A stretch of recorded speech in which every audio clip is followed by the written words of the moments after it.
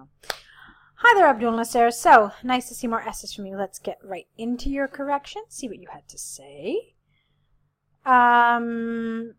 Some of those who are proficient in work and employment think that working beyond the age of 60 may become a source of social or economic troubles.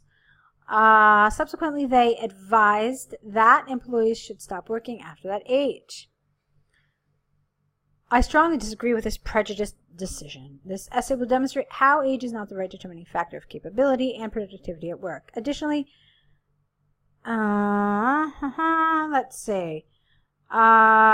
This is awkward to me. So why don't we get rid of this semicolon, which kind of limits you. So let's try it again.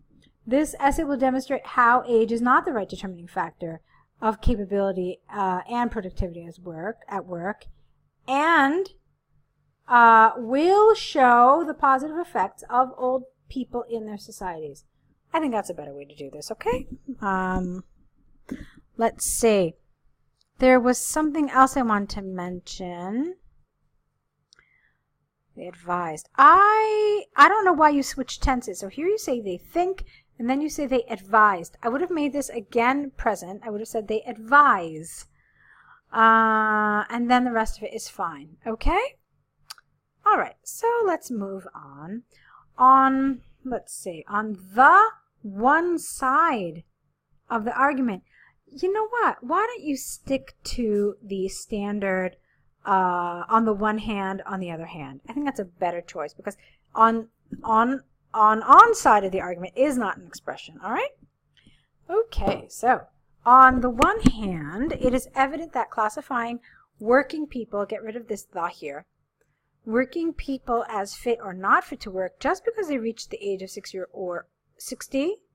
or not is an oversimplistic classification. Some old people nowadays are very fit and active due to improved public health, especially in advanced countries. Ample examples for this are in the statistic reports that come from many national statistic offices worldwide showing the increased number of healthy old people in different societies, stating that, whoa, what's going on with this sentence? It's like 4 lines long. Okay, let's break it up somewhere, shall we? Okay, ample examples for this are the statistic reports that come from many, no, let's get rid of this. Again, let's try it. Ample examples of this, for this, are the reports that come from many national statistic offices worldwide showing the increased number of healthy old people in different countries. Full stop. These reports state that the productive age rises by about 6 years for males and 7 for females. What do you mean by this, it rises? Do you mean that it has increased? I think that's what you mean. So it should be that the productive age, or the, maybe not even the productive age. Do you mean that the years of like productivity, maybe? I'm not really sure. Have risen by about 6 years for male and 7 for females. I would have liked you to write out 7, just the way you wrote out 6, okay? This is factual proof, get rid of this A, that the age of 60 is not the right age for retirement. Okay, fine. Okay. On the other hand, the older employees are beneficial sources to the society and their employing establishment. It is unfair to describe their work as a source of problems. These old veteran employees are usually expert professionals and spent many years working and studying to acquire a tremendous amount of knowledge. It is a significant loss to make them stop working just because they become 60 years old. All right, so far this is lovely. This is really much better. Good. Take, for example, the specialized doctors who achieve their level of proficiency I would have said an A here, proportionally advanced age. They are beneficial to society, treating illnesses and doing operations, and at the same time helping junior doctors in acquiring new experiences. All right, this paragraph was strong grammatically. I liked it. From the argument, arguments, and then no comma here, and the given examples, I firmly believe that people should not retire just because they become 60 years old. It is expected that governments and labor offices would increase the age of retirement and may entirely change its definition. Don't forget a period here. Full stop. Okay, so let's talk a couple of things about this essay. First of all, it would have really helped if you had included the task, the question, so that I could see how it's phrased. you decided to talk just about one side of the argument and how no, people shouldn't retire at 60. So I really would have liked to see how the question was phrased. I can't remember it 100%. So that would have helped. But what you did is you just took one side of the argument and you didn't take the other side at all, which, you know, is an option, but that's why I want to see the question. There's some questions that really require you to deal with both sides of the argument, and I wanted to see how this one was phrased. Now, since you did this and since you took the one side completely, let's talk about how you began your body paragraphs. Here you started with on the one hand, and then here you said on the other hand. Now, this is appropriate if you're going to talk about two opposing arguments. So, in other words, the for side and then the against side. But you didn't do that. So, essentially, you're talking about the same side of the argument, but just different areas of that argument. So, I didn't really feel that this was appropriate, this kind of structure. I think that something better would have been like firstly and then secondly here. I think that would have made more sense in terms of linking words. Okay? So there were some good things. I definitely liked this paragraph, but this one had a number of problems in it, as we already discussed. So let's take a look at this. Alrighty, here it is. So the, what is this? The bar chart, not the par, the bar. The bar chart demonstrates and compares the past year sales of two French companies that produce chips, S and no capital here, and it shows the monthly variations of these ESE sales. Overall, the sales of both companies had no definite trend over the 12 months of the observation and fluctuated, full stop. Fluctuation shows that there's like an up and down, and so you didn't need to write irregularly. It's kind of redundant. But I also don't agree with this past continuous. It should have just been past simple. Also, it is evident that Intel sales were generally higher than those of AMD. All right, that's perfect. With regard to Intel sales, not it, you're talking about sales, which is plural.